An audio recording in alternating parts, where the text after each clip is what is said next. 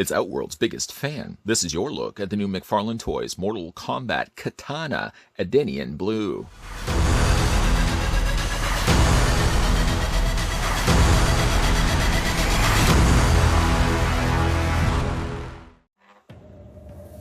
One of the lead characters of the Mortal Kombat saga, Kitana is the Princess of Outworld and the adopted daughter of the Emperor Shao Kahn. She has a twin sister, Melina, and a personal bodyguard and best friend, Jade, always at her side. Through the course of events in this series, she learned that she is actually the daughter of Queen Sindel and King Gerode, the rulers of Edenia, and realm that was conquered and destroyed by Shao Kahn himself.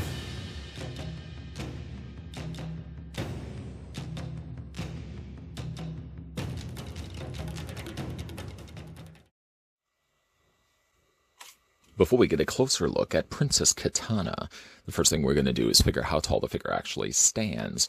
And while I'm getting those calculations in order, don't worry, it's the least I could do. I'd also like to send out a big thank you to the folks over at McFarlane Toys who provided this sample of Kitana that we're having a look at in this video. The figure stands at 7.6 inches in height, so about 7.5 inches tall. And that in centimeters works out to be a figure that's 19.3, almost 19.5 centimeters tall. As we just finished having a look at him, we'll move over Kitana, get her to stand properly. There we go. And for some scale comparisons, let's bring in Baraka. Roughly about the same height to one another. If anything, you could probably say a hair taller as Kitana, literally, by the fact that she has that little bun in her hair. Ironically as well, looking at both these figures, these characters were usually my go-tos to pick in Mortal Kombat 2. Baraka, Kitana, and Kun Lao were some of my top 3 characters to choose, and I was awfully really cheap with all of them, Kitana especially. Let's have a look at Kitana's accessories. We'll pick up the display stand that comes included with the figure. Same display stand that we've seen in all other cases. In fact, the proof is in the pudding. Let me just move over Kitana's and we'll bring in Baraka's. So you can see there's nothing really that changes from one to the other. In fact, this one is identical to one another, complete with the same placement of font. I like the fact that they do include display stands. Sometimes we take for granted the fact that figures come with stands, as there's so many other figures out there produced by other different companies that don't come with any display stands, any accessories to speak of. So I always like the fact that McFarlane Toys throws in accessories, especially display stands. These go a long way, especially when it comes to Mortal Kombat figures, that you want to put in more interesting poses than simply just having them standing the way that they are right now. The other accessories that come included with the figure, we'll have a look at those right now, is her fans. I would feel Kitana would be missing a whole lot if she didn't come included with her fans. And luckily for us, McFarlane gives you 2 versions of the fan. One folded up and not yet fanned out, and then the other one fully fanned, exposing the sharp metal that, of course, will be slicing, I'm sure, somebody's neck. I like the fact that we get 2 variations of this. I still wish, in a way, that we would have gotten 2 versions of this fan and maybe one of these, so that I could display Kitana with 2 versions of the fan. While it does look like these could fold up, it's simply just trickery. It's just the way that it's painted. These don't fold up at all, nor does this one open up. Nice to see that we do get 2 versions of it, but again, I would love to have gotten a figure that has 2 of these, because really this is my preferred look for displaying with the figure. We'll put those to the side. I'll show you how those fit into her hand in a second. She also comes included with a sai, a single sai. I like the detailed sculpt that they've put to the blade end of it, as it has sort of a twisted corkscrew sculpt to it. In addition to that, they actually have sculpted just the pronged section. I don't know if you can actually see it or not. There's some decent sculpting just right there, a place where you would almost miss it completely. The handle, of course, is done in that same familiar metallic blue that will be on par with the coloring that she has for her body. There are a few, like the blue on her body is slightly lighter than the handled hilt here. If you would call it a hilt still for a sai, the handled portion at least of the sai. And like I said, this does fit into her hand. Any of the accessories she comes included with does fit well in her hand. The handle on the sai is a bit on the broad side, and yet still you can actually fit into her hand. It may involve prying the fingers away from the palm, sliding the sai in place. I do think that maybe the handle on the sai is a little on the thick side, but like I said, she still holds it perfectly fine. My go-to preferred choice for displaying with the figure is to go with the two fans. Although the fans, let me just show you what I'm doing here. These side handles are probably the best place to have her holding it. Again, you just pry the fingers away from the palm and quickly get in there before it closes up shop again. I'll put that in one of her hands, and then the other hand I'll go with the folded up fan as my preferred look for displaying with the figure.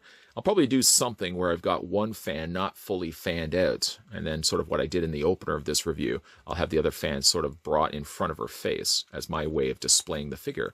But again, I like the fact that you do get yourself display stands, because after all, you could display your figure just standing straight, but with characters like this, figures from Mortal Kombat, you want to get a little bit more creative with the way that you're posing them.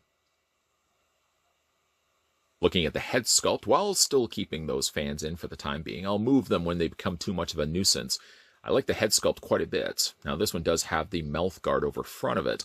I guess they could down the road release a variant of this figure with the mouth visible, but I do like the fact I prefer more so having Kitana with the mouth guard on, especially during these trying times of pandemic situations, sort of fitting the fact that we're looking at Kitana wearing a mouth mask. It's very nicely painted here in a metallic blue, with some nice side accents here done in silver. I like also that there's sort of a nose sculpt there on the top, the crest that covers over top of her actual nostrils. She does have, of course, the sashed headband that goes around, and that's all done, again, in this nice metallic blue. Back in the day when I was building model cars, I feel like I actually had this color of blue. Very reminiscent when I'm actually looking at the sculpting here on this figure, that this blue is very similar to that metallic blue from old model building days.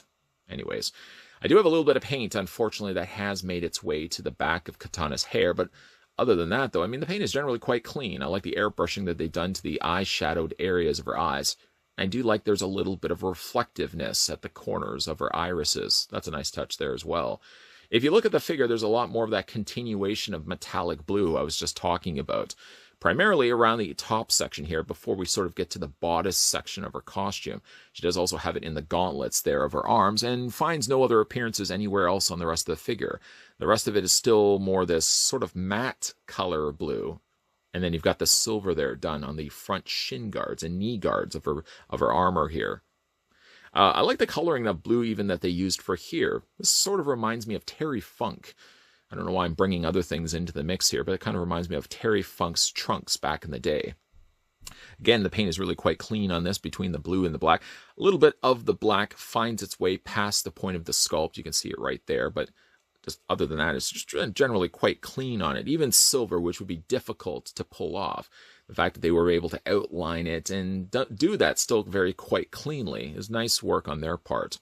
You want to be careful here, and I'll talk a little bit more about this when we get to the articulation of the figure.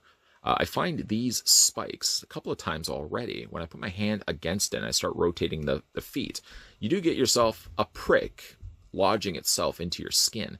Luckily, it's not going to draw blood, but these are a little more on the spikier side, so I want to be careful around that. Detailing's very nice on this figure overall. You got the more matte silver done around the outer area here of her bodice, and they've even done like the way it looks like it fastens on the back.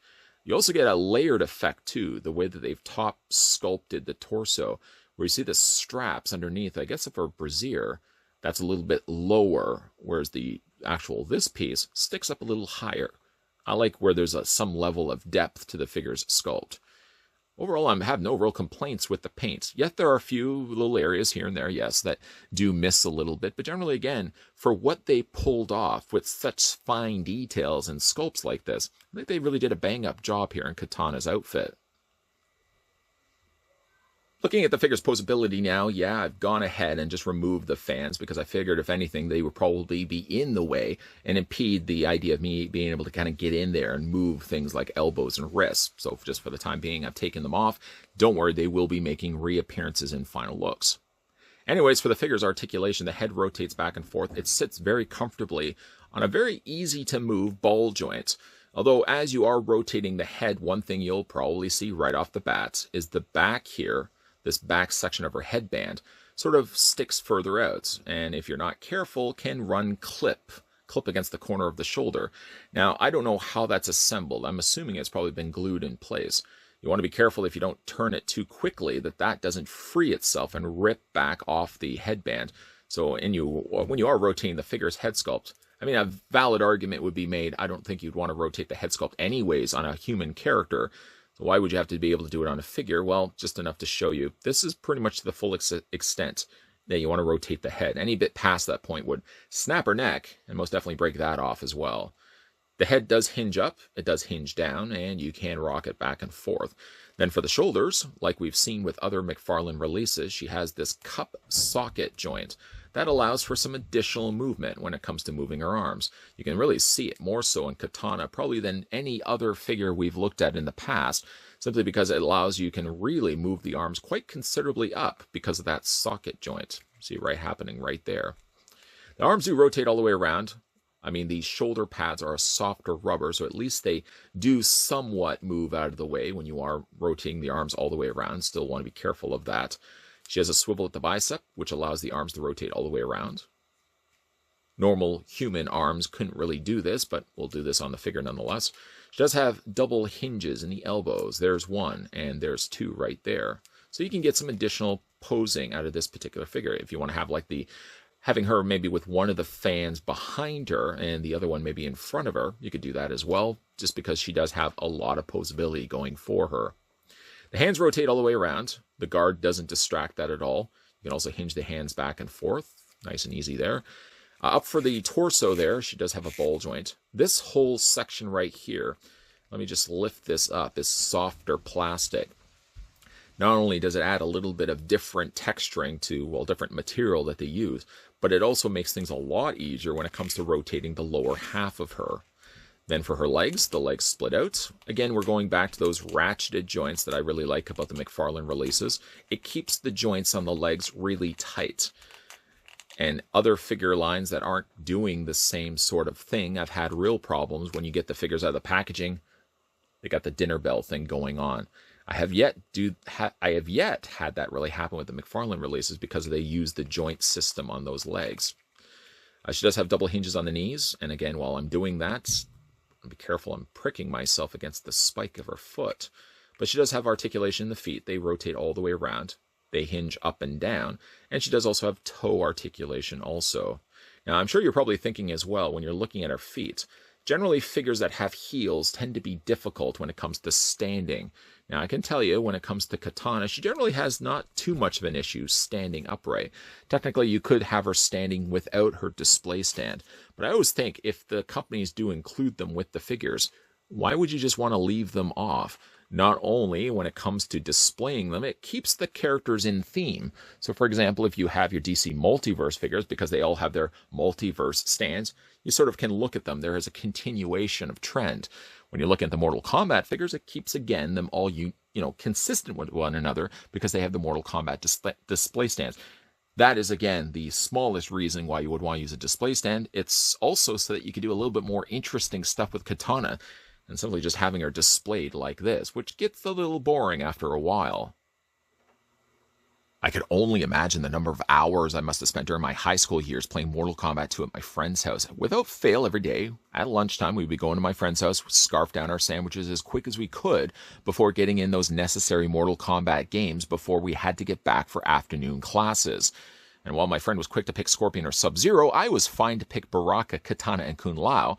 And of those three fighters, I felt I perfected the moveset on Kitana the most. In fact, admittingly, or maybe not so much admittingly this, I was probably the cheapest when it came to Kitana. I could do her finisher without fail every single time. So it's kind of fun to now have a figure of Kitana that I can put on my shelf. She does come with fans, which is a nice touch.